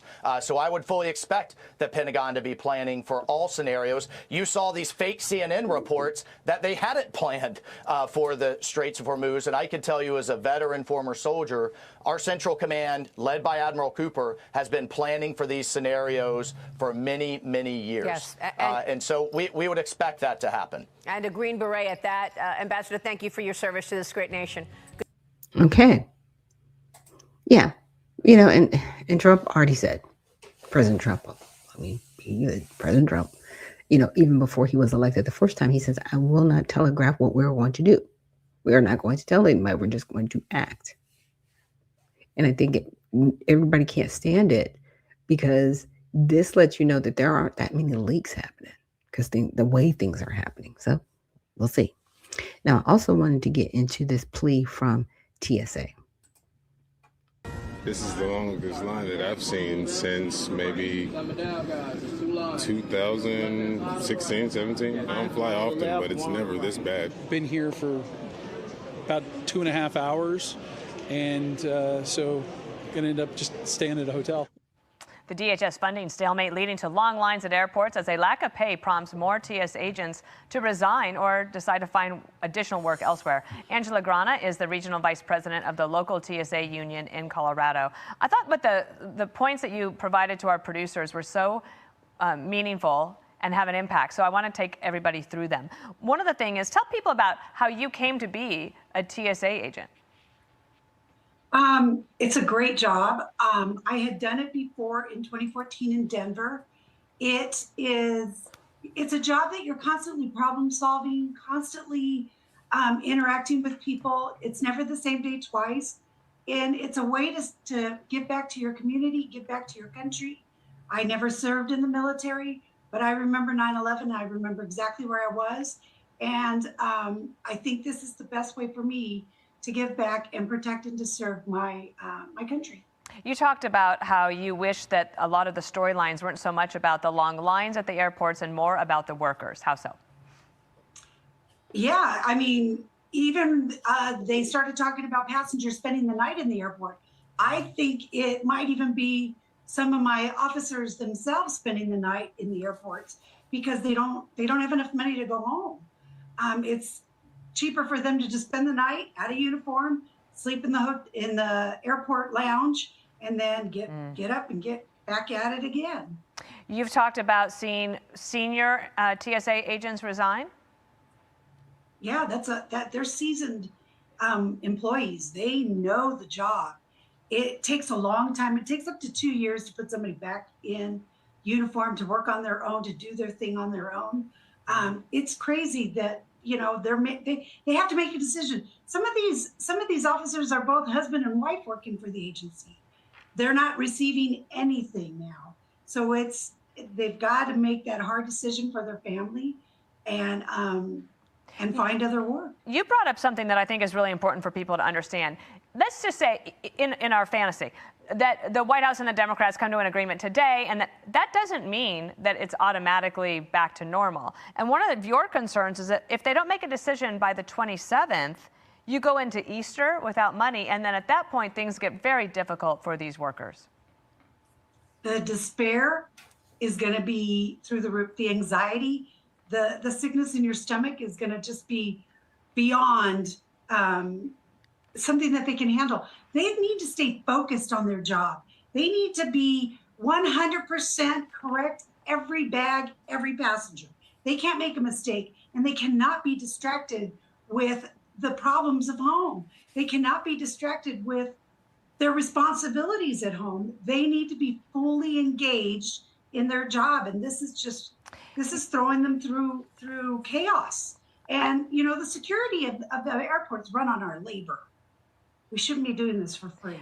My last question to you is, I'm just going to read a little bit about what you said and let you take it the rest of the way. You said travelers need to be patient with us, walk a mile in our shoes and see how they would feel. It's un-American to not be paid for a job done.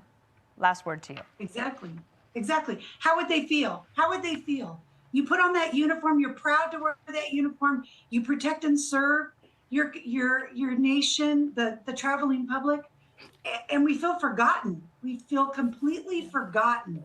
I don't have a magic word or a magic wand to make everything go away. I am feeling the anxiety just like my fellow workers. How much more can we last? We're not robots. We're human beings. And we deserve to be paid.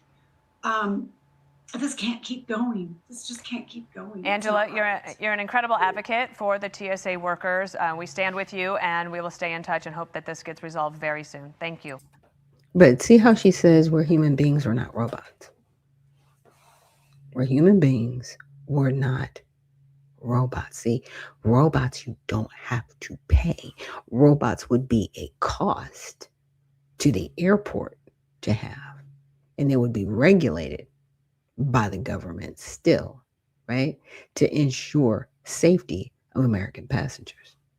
So, in my opinion, is this an angle to get rid of TSA?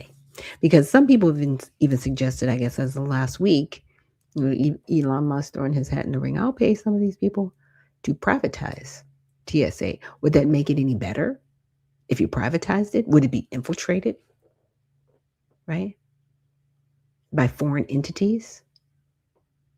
You have to ask all these questions if you're trying to transition.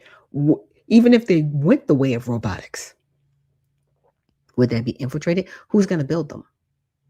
Huh? Are they going to come from other countries that we consider even, they're not allies, they're not complete adversaries, we're kind of frenemies, right? Are we going to build that stuff here at home? Or are we going to bring it in from abroad? I mean, these are questions that we have to ask, because I'm telling you, I'm waiting, because I've seen these airport robots. I'm waiting to see what happens next. Has anybody been to a stadium lately where it's facial recognition? Why in the world do you need my face in a database to go to a football game? But that's happening. What happens when you're doing that in the airport? Because that's what's next. And no one can tell me that it's not next, because we're being conditioned to do it now in an area where it really shouldn't matter. And what I mean by that is because a football game or a baseball game or basketball game is entertainment. but they've got it automated. Yes, you do have humans standing there for now. Pretty soon there won't be humans standing there. The humans will be in a booth somewhere, just making sure that things are operating and functioning properly. Yeah. Again, this cascade that we really aren't paying attention to, this is conditioning and wanting to beg for a solution worse than a problem it solves. TSA employees have gone 5 weeks without pay thanks to the Democrats' shutdown of DHS. But tomorrow, help may be on the way. We're going to send ICE agents to the airport to help alleviate not only the TSA officers who are overwhelmed and understaffed now because many of them left, but we're going to help the American people transit through the airport quicker and not be held hostage by this foolish shutdown that the Democrats started. President Trump made the announcement that tomorrow ICE agents will be assisting TSA at airports, which couldn't come at a more crucial time, as more than 400 TSA agents have left the workforce, probably to look for other work. Madison Scarpino is live in Hartsfield-Jackson International Airport in Atlanta with the latest. Madison, what you got? Hey, Joey. Well, it has been a mess here all day long. Passengers have been waiting in line for hours to make their flights as TSA workers are still getting $0 paychecks. But I want to give our viewers the perspective of a traveler. So I met a friend named Rich. Rich, if you can tell everyone how long you've been waiting in line, were you expecting this, and just how you're feeling? Yeah, hey, Madison. Yeah, I was kind of expecting it. I've been in line now for about an hour and 45 minutes. Probably got an hour more to go. And I've been tracking it for the last several days. No, I'm on my way to Las Vegas. So I think I'm pretty well getting close to the end zone over here. So I think we're good. And you told me earlier enough time to get a meal and a cocktail. Yeah, enough time to get in there and sit down and get me a nice meal, a nice cocktail.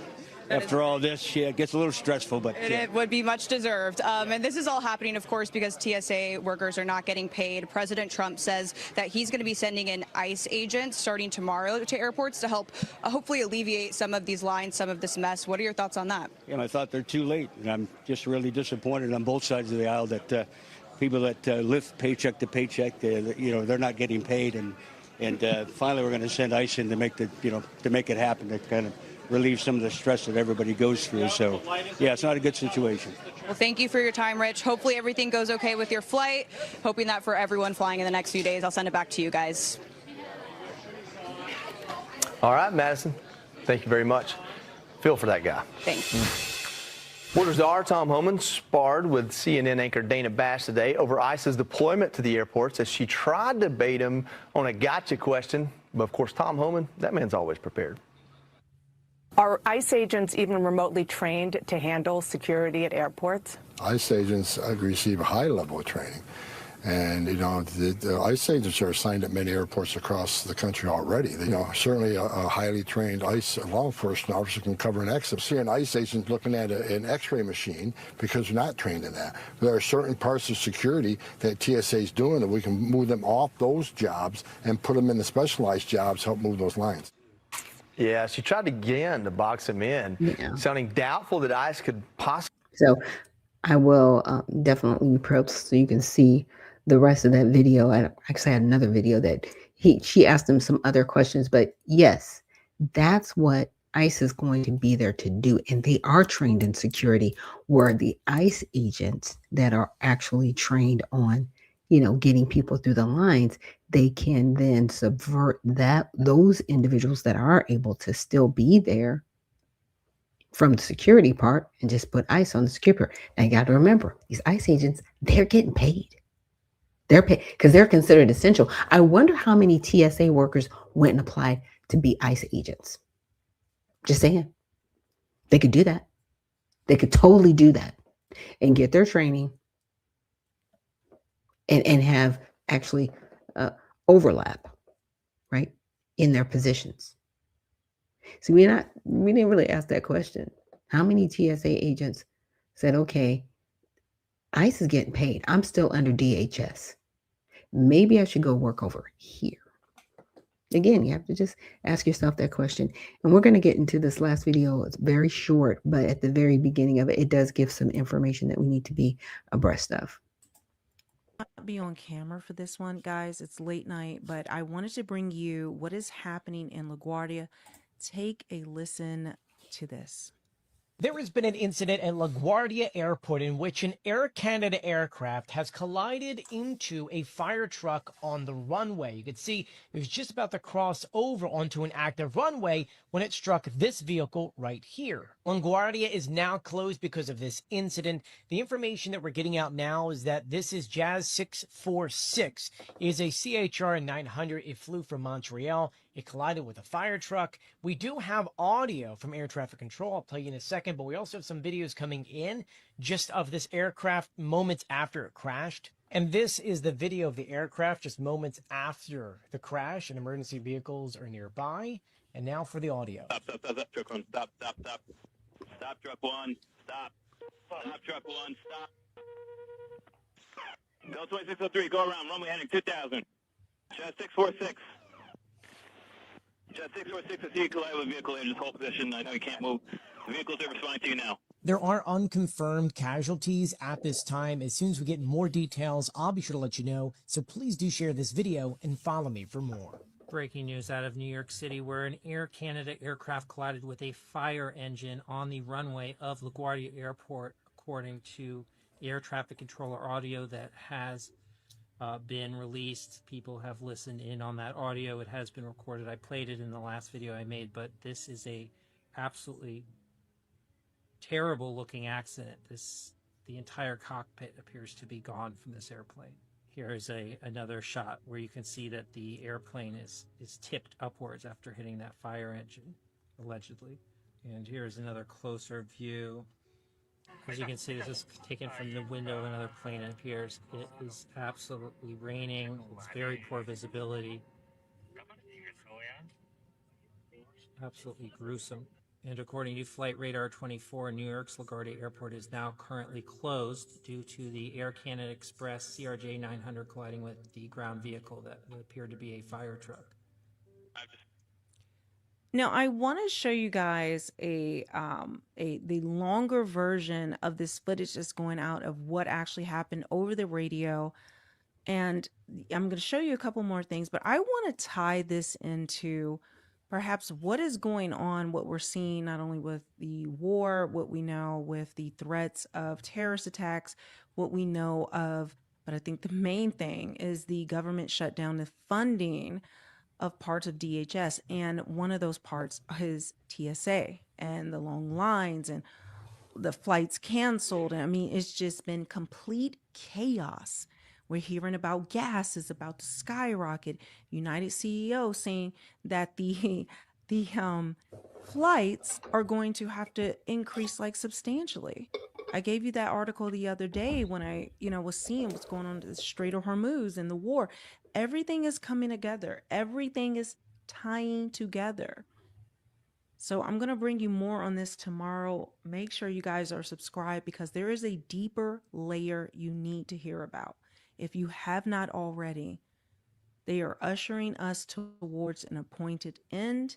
It has been laid out. It has been spoken about for years. They have it in brochures and every single thing lays out. So I'm going to go ahead and play this and then we'll get into that. Stop there, please. Stop, truck one, stop. Stop, truck one, stop. Stop, truck one, stop. Delta 2603, go around, runway heading 2000. Jet 646. Jet 646, I see you collide with a vehicle here, just hold position. I know you can't move. The vehicles are responding to you now. Is the runway closed? Delta 2603, go around, runway heading 2000. All right, 2000, go around, 2603. See a tower. Truck 2, runway 4 is closed, correct? Yes, go on to runway 4 now. Proceed on runway 4, you have access. Tower, Carno 0, runway 422 is closed at this time. 90, roger.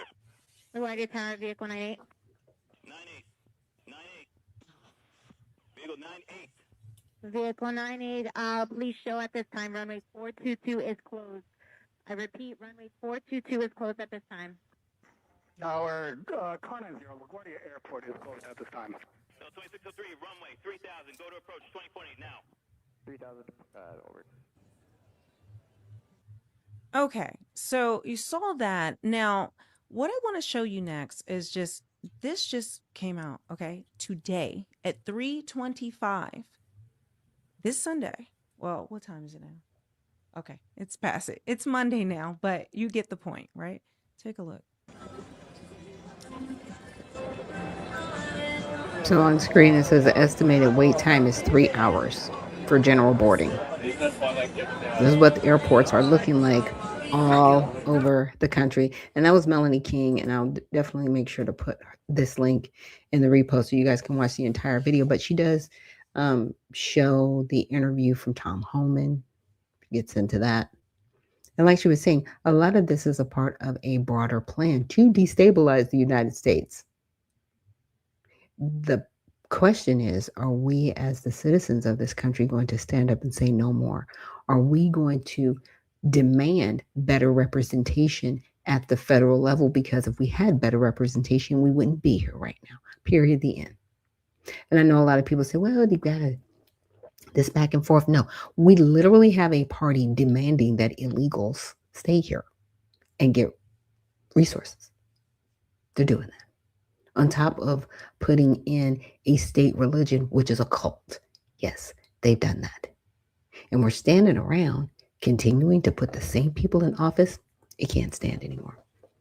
And it needs to change, and it starts with us. So thank you guys so much for joining me here on the Monday recap of Unfiltered Vision News. Tomorrow we'll be back with Tell It All Tuesday. So thank you so much for joining us here. And remember, stay well, stay focused, and stay unfiltered. We'll see you in the next one.